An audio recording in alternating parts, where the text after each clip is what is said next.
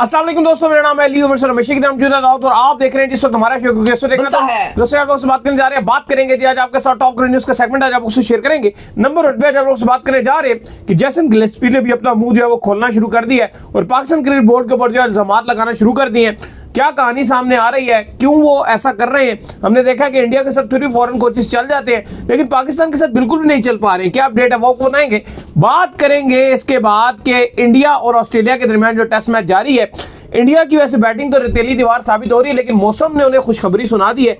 इस पर बात करेंगे और बात करेंगे चैंपियन ट्रॉफी को लेकर शेड्यूल आना था भाई, कहाँ है शेड्यूल, जरा इस पर बात करेंगे। तो अगर आप हमारे चैनल पर पहली बार आए चैनल को सब्सक्राइब करें और साथ बेल आइकन बजाना। तो बात का आगाज करते हैं नंबर 1 खबर के साथ जो हमारे पास आ रही है। तो सुबह जो नंबर 1 खबर आ रही है वो आ रही है इंडिया और ऑस्ट्रेलिया को लेकर। तो आज भी इंडिया और ऑस्ट्रेलिया के दरमियान जो थोड़ा बहुत ही टेस्ट मैच हुआ जिसमें इंडिया के 51 के ऊपर जो 4 खिलाड़ी भी आउट हो गए। फिर इंडिया जब बॉलिंग कर रहा था तो वहां से इंडिया को मार भी इतनी पड़ी कि 445 रन जो बोर्ड के ऊपर लग गया।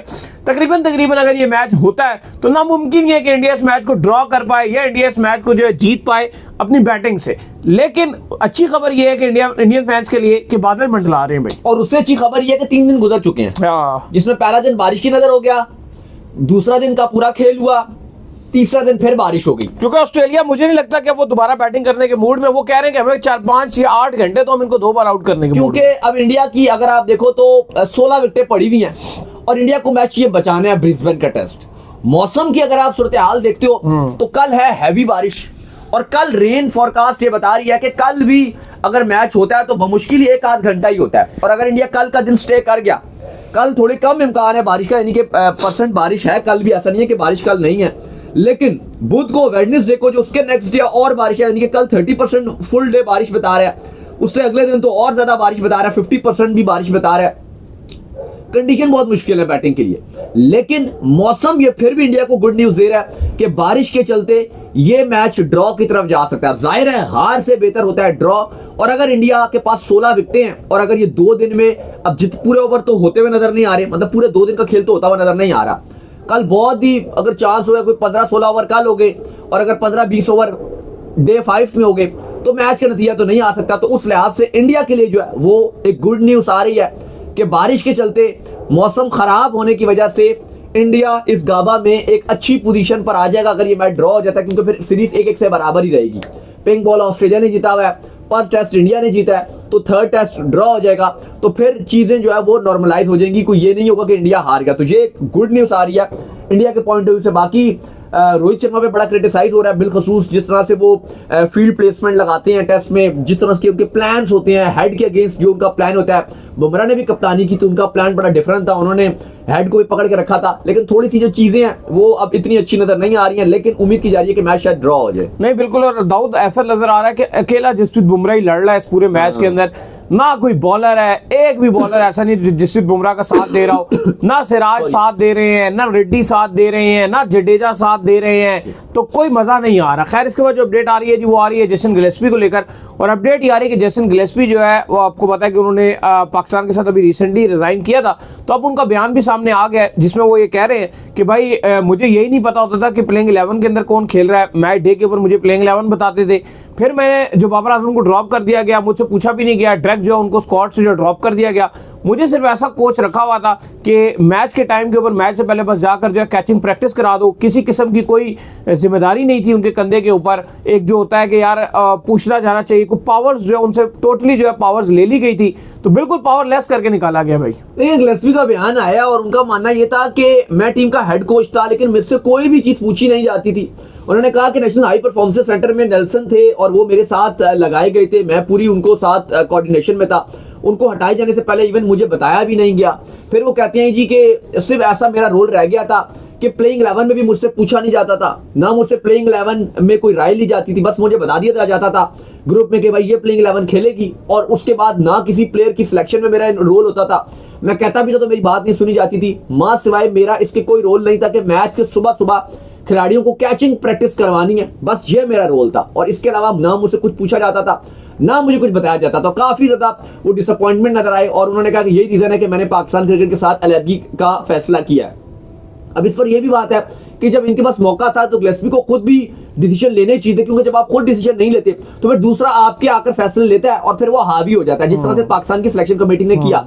लेकिन अली दूसरी तरफ ये भी है कि पाकिस्तान क्रिकेट बोर्ड का जो इमेज है, पाकिस्तान का इमेज, वो बाहर ओवर अगर आप देखो तो ओवरसीज कोचेस को लेकर बड़ा खराब हो गया, क्योंकि लास्ट 6 कोचेस पाकिस्तान के लगातार इस तरह का इमेज दे रहे हैं। इससे पहले मॉर्कल आप देख लो, उनका भी सिस्टम यही था। अभी वो भारत के साथ कोचिंग कर रहे हैं और वो बड़े खुश नजर आ रहे होते हैं जी, कि बड़ी उनकी तस्वीरें वायरल हो रही थी कि जी इंडिया के साथ वो बड़े खुश नजर आ रहे हैं, पाकिस्तान के खुश नजर नहीं आ रहे। गैरी किर्स्टन का भी यही था। एक हरभजन का बड़ा बयान वायरल हो रहा था जिसमें 6 महीने उन्होंने पहले कहा था कि मैं गैरी किर्स्टन को मशवरा दूंगा कि वो मेरे बड़े अच्छे दोस्त हैं, कि पाकिस्तान की कोचिंग ना करें, आप पछताएंगे, आपका एक्सपीरियंस इतना अच्छा नहीं रहेगा, और आपने इंडिया को वर्ल्ड कप जिताया तो हमारी बड़ी इज्जत है, हमारे दिल में आपकी बड़ी इज्जत है। और बाद में जब गैरी किर्स्टन जिस तरह से जिस तरह से कोई कंफ्लिक्ट आया और जिस तरह से गंदे तरीके से वो गए, काफी चीजें वो खराब हुई और उनको हटा दिया गया, तो उसमें गैरी किर्स्टन भी बड़े नाखुश थे। तो वो भी एक चीज वायरल हुई कि देखो जी वो पहले ही कह दिया बात बोली थी, एक वो भी एक बुरा इमेज गया। फिर मिकी ऑर्थर पाकिस्तान के साथ इतना ज्यादा काम करते रहे, इतना अच्छे करते रहे, लेकिन एंड में जिस तरह से उनका अलहदगी हुई, फिर उस तरह से मॉर्कल का मैंने आपको बता दिया, फिर ब्रैड बर्न थे वो जिस तरह से गए। और भी अगर आप देखो तो जो फॉरेन कोचेस हैं इंटरनेशनली जाकर पाकिस्तान के लिए कोई इतना अच्छा इमेज नहीं जाता। यही वजह कि एंडी फ्लावर को भी पेशकश की गई, वो नहीं आए। जस्टिन लैंगर को भी पेशकश की गई, उन्होंने साफ मना कर दिया।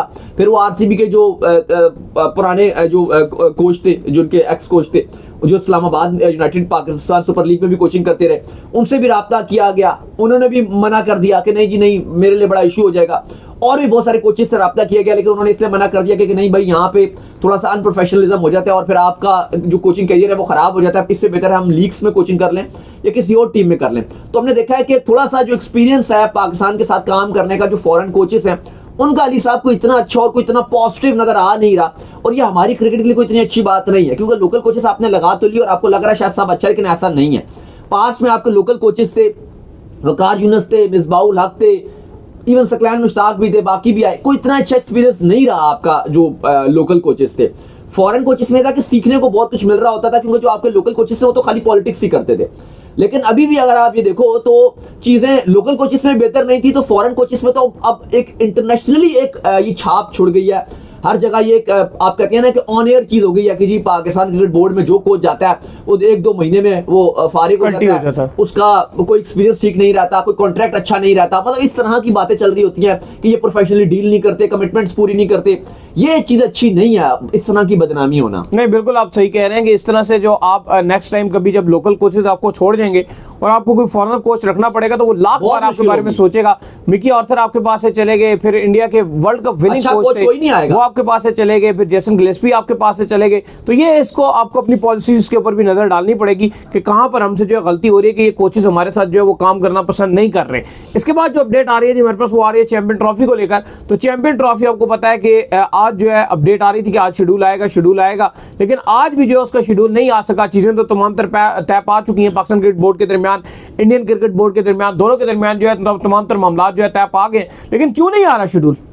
देखिए अब तो आ जाना चाहिए था शेड्यूल, लेकिन ये बहुत ही ज्यादा डिले कर दिया गया है। कोई 3 हफ्ते गुजर गए हैं, मामला तय पाते हैं फिर खराब हो जाते हैं, फिर मामला तय पाते हैं, कहा जाता है अगले 24 घंटे में शेड्यूल आ रहा है, फिर खराब हो जाते हैं। फिलहाल अभी तो कहा गया कि अब तो बिल्कुल पाकिस्तान के भी क्रिकेट बोर्ड के भी मामला तय हो गए हैं, बीसीआई भी एग्री हो गया, आईसीसी भी एग्री हो गया।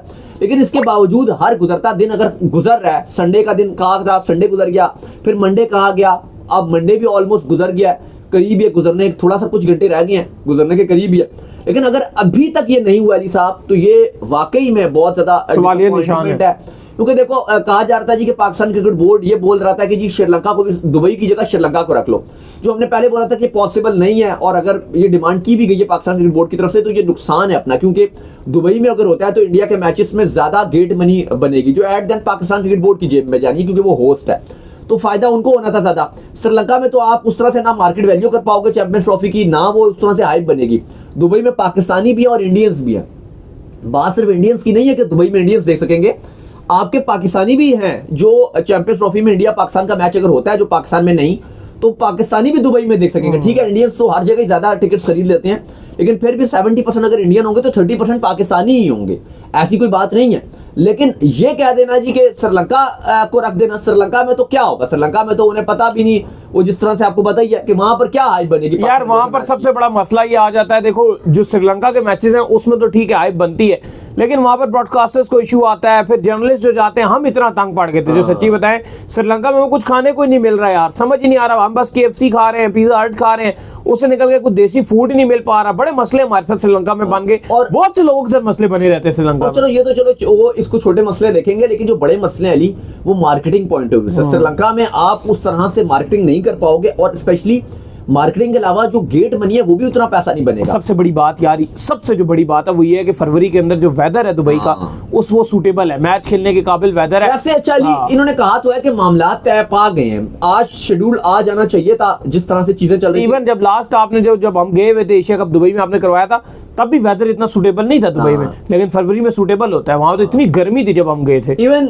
होपफुल है कि अगर आज नहीं, वैसे तो कहा जा रहा था कि हर जगह से सुबह से ही अपडेट्स आ रही थी, जराए बता रहे थे कि पॉसिबल है कि आज शेड्यूल उन्होंने जारी करना है, तैयारी में बैठे हुए हैं, या शेड्यूल नहीं भी जारी करते तो एक ऑफिशियल कुछ प्रेस रिलीज ही जारी करते, चलो उससे ही एक हो जाता है ना कि ऑफिशियल कुछ आ गया, क्योंकि अभी तक किसी के पास कुछ ऑफिशियल नहीं है। जो हकीकत बात है, रियलिटी बात है ना, हम आपको खबर दे रहे हैं, या पाकिस्तान मीडिया है, या इंडियन मीडिया है, या कोई जर्नलिस्ट है, या कोई अखबार है, या कोई प्रेस ट्रस्ट ऑफ इंडिया है, या टाइम्स ऑफ इंडिया है, या पाकिस्तान के कोई अखबार है, या किसी न्यूज़पेपर है, जो भी रिपोर्ट कर रहा है वो एक न्यूज की, एक चैनल की रिपोर्ट है, एक अखबार की भी आप अगर आप देखते हो तो वो भी यही हालात हैं भाई। सारे जो है वो रिपोर्ट जो कर रहे होते हैं, अगले दिन पता चलता है खबर ही बदल गई।